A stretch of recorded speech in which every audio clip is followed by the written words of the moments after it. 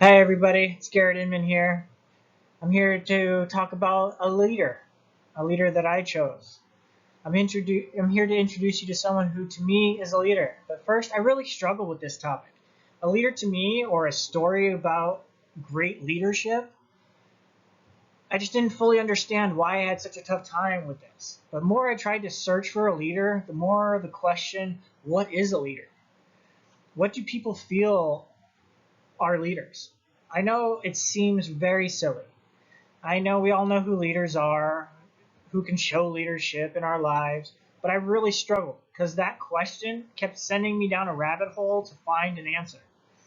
And then to find a leader to me, whether it be a historical, famous, or a personal leader, I just couldn't decide what kind of a leader I wanted to do. I found leaders who mean a lot to me in all three of those categories. And I found a quote that let me read it to you that really helped me choose which of my leaders I decided to do my presentation on. This quote really helped me define who I wanted to do my leadership speech on.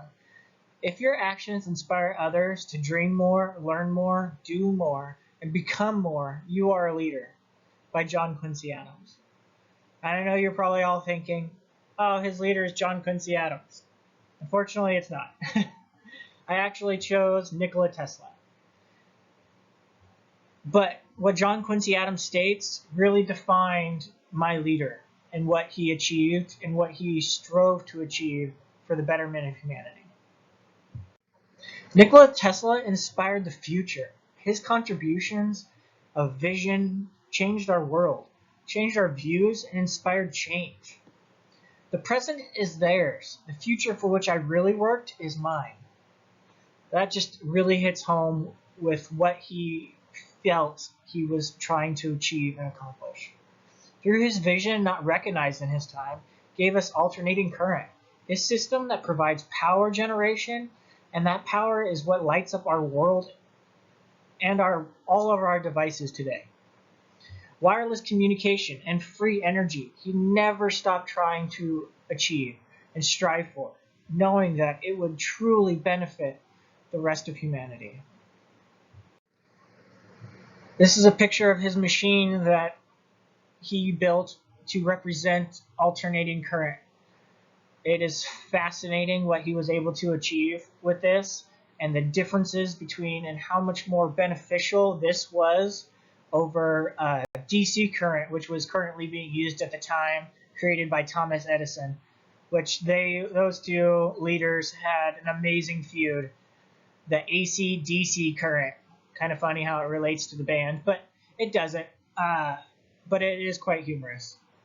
The wireless communication he conceived of and limited only by money and the times would have changed the course of history. Using the natural frequencies and the fields of our universe to transmit data, like communication through images, voice messages, and even text messages, would have represented the ideas that nowadays we use in forms of our phones, our TVs, the internet, the radio. Can you imagine if we would have had use of all of this technology back then? The use of these wireless communications in Tesla's time, where we would be today? And with a vision of wireless communication, he persisted to do it using free energy. Free energy. I don't know about you, but I hate paying my phone bill, my power bill every single week, every month. Ugh, it adds up quick, especially in these hot days. So many wars and so much hate has contributed to the fight over the power of energy and how it fuels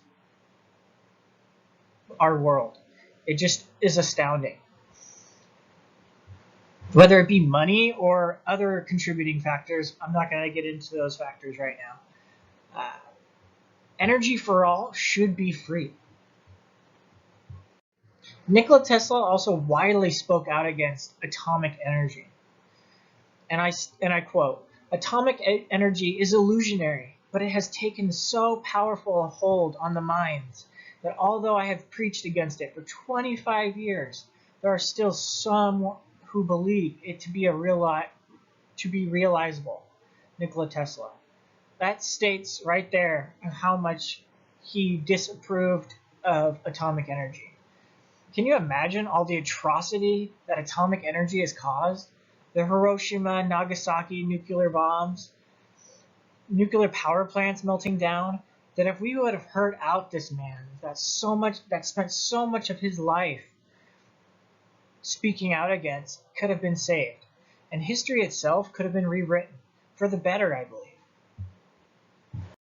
Even up until his death in January 1943, he never stopped wanting to learn, thinking of ideas that would change the world. Despite not getting credit for most of his ideas, he has contributed over 300 different patents and inventions that have helped shape and change our future.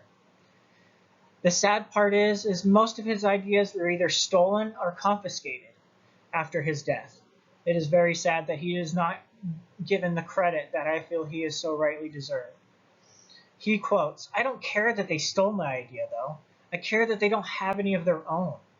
And that left a great impression on me personally, because he didn't care who used his ideas. What he cared about is that his ideas were being used to begin with, and how those ideas are being used towards a better future. Like his thought of free energy. Free energy should be free. It's the whole point of it. People shouldn't have to pay for that. And his dream to make that possible, I just wish would have been realized so much sooner. This is an image of the Chicago World's Fair that he attended to show off his AC current and how much more beneficial and powerful it can be, and more just overall help the world. This is him lighting up the World's Fair, all off his AC current generators. He believed through invention and knowledge and the ability to think deeply and clearly you can find the answer. He never surrendered his beliefs for science. He viewed the world like you would a question and an answer, always thinking ahead for what he could contribute and how it would shape humanity. Nikola Tesla's integrity, imagination, and beliefs that through hard work and knowledge, we can change our world. He was a visionary leader, a transformational leader who effectively changed the world we know today. He was a dreamer, a futurist, a scientist, a faithful man in his religion, a man with many beliefs. He never wavered in the pursuit to learn more, to do more, a leader who strove to implement change through imagination. His inspiration and motivation shows hard work and determination will pay off. He is a leader. And the reason why I chose him, and he fits the bill to John Quincy Adams' quote, is really hits home to me. And he states it right here, the type of man that I feel like he was. And Nikola Tesla quotes, "The scientific man does not aim at an immediate result. He does not expect that his advanced ideas will be readily taken up. His work is like that of a planter, for the future. His duty is to lay the foundation for those who are to come, and point the way. He lives and labors and hopes." To me, the strong word there is hopes. He always hoped for a better world, and he believed that through his methods and being a scientist, that he could make those changes. He always strove for the future and to change the future so that things would be better for all of humanity. Thank you. I hope everybody enjoyed.